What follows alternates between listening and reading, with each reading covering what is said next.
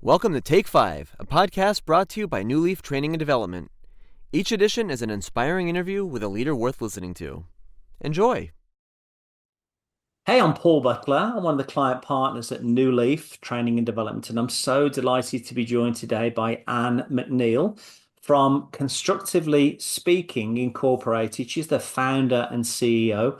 And can you believe it? For 19 years now, this month here at Newleaf, we've focused on our core purpose of just simply helping people and organizations better manage themselves, lead others, and grow business acumen. I just wondered, what are your recommended best practices to help people and organizations be their best? But please start there by telling us a little bit more about your organization, what you do and who you serve. So over to you, Anne, and I'll wrap it up when you're done. Absolutely. Thank you so very much for the opportunity. I just believe that all of your listeners can have a dream come true by focusing on three things. I am the founder of 5 different companies. Today I'm here on behalf of Constructively Speaking, but I'm also the founder of a 45-year-old construction company. And so now I speak to share with professionals and entrepreneurs. Actually, I add value to billion-dollar organizations that focus on different industries in construction. But I believe that, again, all of your listeners must have a dream to have a dream come true, but in every single area of your life, starting with your spiritual, your family, your financial, your health, your education, your personal development, your business or your career, the recreation, the creativity, and the civic area of your life. But you should also consider setting goals in these areas for 6 months, 1 year, 5 years, 10 years, 20 years, and I am in my 45th year of setting goals and dreams to achieve in my business, Paul, but also in my life. Yes. So as I just continue on to go back, I read the book December 31st, 1979, 9 p.m., Think and Grow Rich, entitled Think and Grow Rich. But Paul, as I began to read the book began to read me. And oftentimes people ask me, how did you get into construction to end up becoming the first Black female contractor in the state of Florida, operating at the level that we do, focusing on billion-dollar programs as a very small business? I'm coming out of corporate America into entrepreneurship.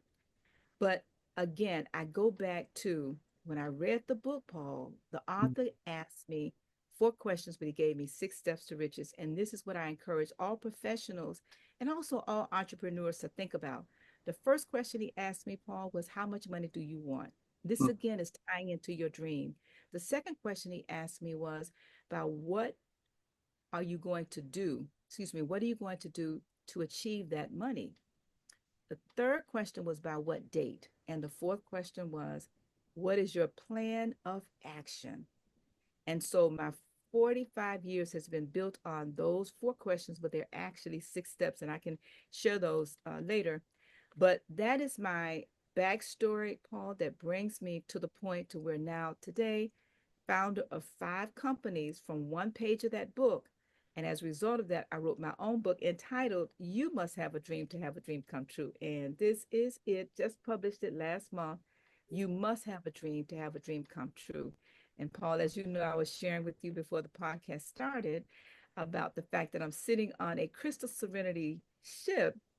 It's a world cruise for 6 months, and I'm just finishing my first month on the cruise. So I'm excited. Thank you. Oh, brilliant. And thanks ever so much. I really appreciate that clarity of thought around, how to help people be their best. I'm a great believer, as I know you are, that we only have one life. And so why not be the very best version of yourself and have the most positive impact that you can? If I could just give a message out to the subscribers to keep an eye on the events page of our website for the activities that we have going on throughout the course of the year, most of which are available for free. Anne, could I offer you a dreadful virtual high five? Absolutely. Absolutely. Thank you. And safe travels. And again, thank you for taking a few minutes with our subscribers. Thank you. I hope you found that interview useful, and if you did, feel free to rate, review, and share this podcast. We'll be back next week with another episode, and we also invite you to check out our other weekly podcast, Going the Extra Mile, which is sure to lift your spirit and encourage you in today's working world. Bye for now.